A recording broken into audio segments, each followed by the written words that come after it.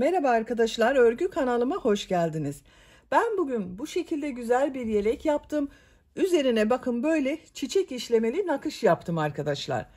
Bugün videomda size bu çiçeklerin nasıl yapıldığını kısaca anlatmak istiyorum bakın. Bunun için hangi renk yapacaksanız o renk iplik ihtiyacımız var. Çiçek rengi için arkadaşlar çok az miktarda yeşil renk iplik, çok az da sarı renk iplik var. Bakın bu tomurcuk bölümünde sarı renk iplik kullandım. Materyal olarak da bakın iğne kullandım. Bu şekilde bir iğne, bir de makas ihtiyacımız var. İğneye ipliği takıyoruz. Bu çiçek örgüsünü yapıyoruz arkadaşlar. Bakın arkadaşlar, ipliği bu şekilde iğneye takıyorum. Çiçek süslemesine başlıyorum. Ben bugün pembe renkli yelek yaptım. Pembe renkli çiçek yapıyorum. Siz yapacak olduğunuz yere göre istediğiniz renk iplikleri kullanabilirsiniz. İstediğiniz marka ipliklerle yapabilirsiniz. Ben bugün yelek süslemesi yaptım arkadaşlar. Siz bu süslemeyi elbise süslemelerinde yapabilirsiniz. Hırka süslemelerinde, her yerde dediğim gibi farklı yerlerde de kullanabilirsiniz. Siz de bu yelekten yapmak isterseniz ben bu yeleğin anlatımını YouTube kanalıma yükledim arkadaşlar. Bu yeleğin olduğu YouTube linkini izlediğiniz bu çiçek süsleme videosunun açıklama bölümüne ekliyorum. Orada bulunan süslü tığ işi bebek yeleği linkine tıklarsanız siz de bunun gibi bir yelek yapabilirsiniz. Gelin hep birlikte bu süslemeyi yapmaya başlayalım arkadaşlar. Bakın şu şekilde pembe renkli iplik taktım. Bunu da kullandığım ipliği. Ucuna düğüm atıyorum. Bakın şu şekilde yaptım. Örgünün ters tarafından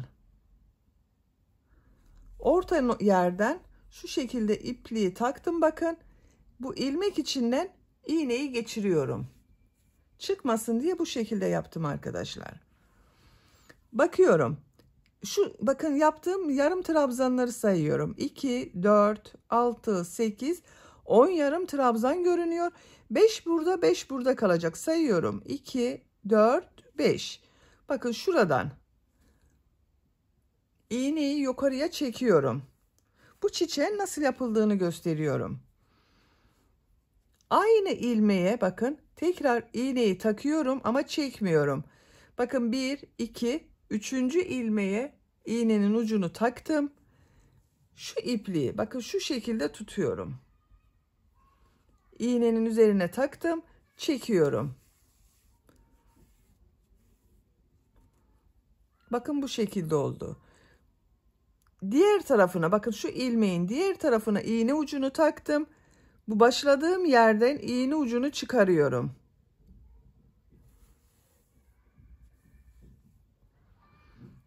Bakın aynı ilmeğe tekrar iğne ucunu taktım. 1, 2, 3. ilmekti. Bakın iğne ucunu çıkardım. Çekiyorum. Bakın ilmeğin içinde arkadaşlar iplik. Şu şekilde çekiyorum. İlmeğin diğer tarafına iğneyi takıyorum. Bakın. Tekrar aynı ilmeğe bakın. İğne ucunu takıyorum. Çekiyorum.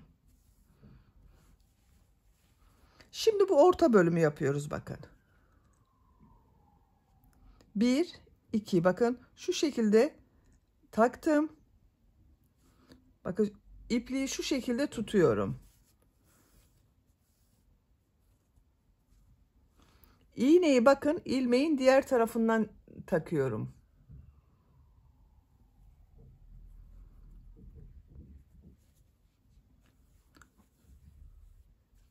Alt taraftan çekiyorum. Bakın örgünün ters tarafından iğne ucunu çektim. Bir çiçeği bitirdim. Şimdi ters tarafta bunu kesiyorum arkadaşlar. Bakın iğneyi taktım şu şekilde. 1, 2 defa iğneye doladım. Sağlam yapıyorum. İpliği kesiyorum.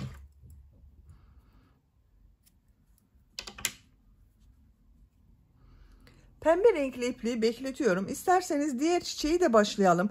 Ben bu iki çiçek arasında 7 trabzan sırası bıraktım. Siz tercihinize göre bu çiçekleri daha sık veya daha seyrek yapabilirsiniz. Bakın buradan sayıyorum. 1, 2, 3, 4, 5, 6, 7. Bu 7.'den arkadaşlar diğer çiçeği başlayacağız. Bakın ilmeği yine örgünün ters tarafından takıyorum. Buraya düğüm atalım.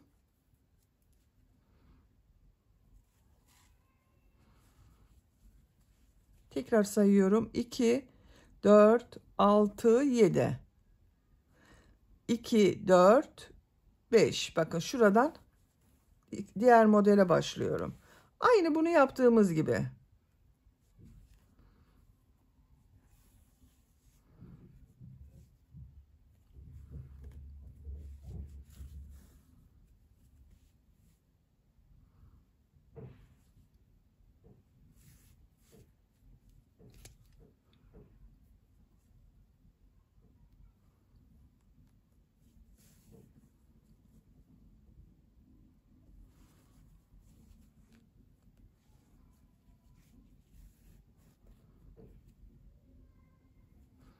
Örgünün ters tarafına iğne ucunu alıyorum. Burada sağlam yapıyorum bakın.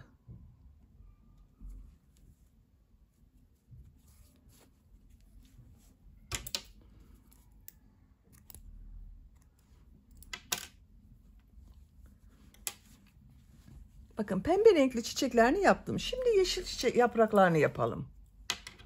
Böyle bir yeşil renk kullanıyorum. Siz tercihinize göre yeşilin her tonunu kullanabilirsiniz. Bakın buna yine düğüm yapıyorum. Bu ilk çiçeğe şu şekilde örgünün ters tarafından takıyorum. Düğüm yaptığım için çıkmayacaktır arkadaşlar.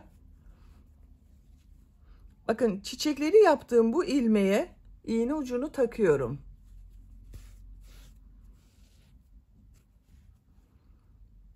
Şu şekilde bakın iğneyi aynı ilmeğe takıyorum. Çapraz yapıyorum bakın. İğne ucunu buradan çıkarıyorum.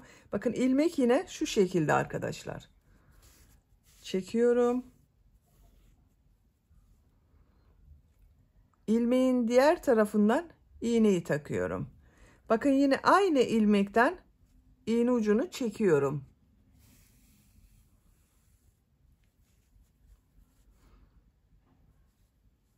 Şu şekilde bakın çaprazına denk geliyor.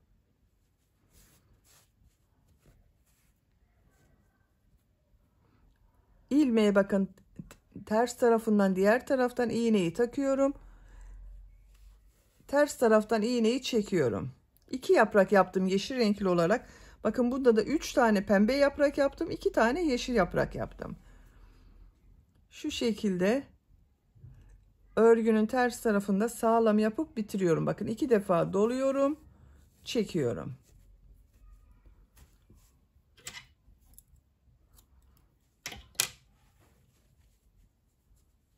Bakın arkadaşlar. Bu çiçek hazır. Şimdi sarı tomurcuğunu da yapalım.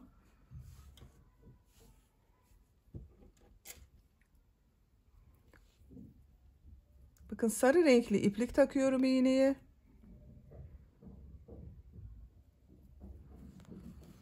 Yine düğüm yapıyorum. Örgünün ters tarafından bakın ilmeklerden takıyorum. Ortaya bakın bu ilmekleri yaptım. Şu ilmek var bakın. Çiçekleri yaptım. Bundan iğneyi yukarıya çekiyorum arkadaşlar.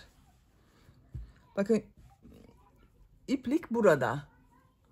Şu şekilde ipliği tutuyorum. Bu ipliği bakın iğneye doluyorum. 1, 2, 3, 4, 5, 6, 7, 8, 9, 10. 10 defa doladım bakın iğne üzerine. Şu şekilde düzeltiyorum. Yavaşça çekiyorum. Yere bırakıyorum arkadaşlar. Bakın yavaşça iğnenin ucunu çekiyorum.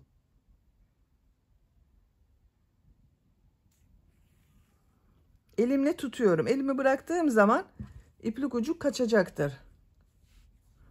Bakın şöyle yavaşça çekiyorum. Görün diye yukarıya kaldırdım. Bakın şöyle bir tomurcuk oluştu. Bunu bakın iğneyi yine aynı ilmeğe takıyorum. Ters taraftan çekiyorum. Elimle düzelttim. Bakın bu şekilde tomurcuk yaptık. Ters tarafta bitiriyorum. İpliği kesiyorum.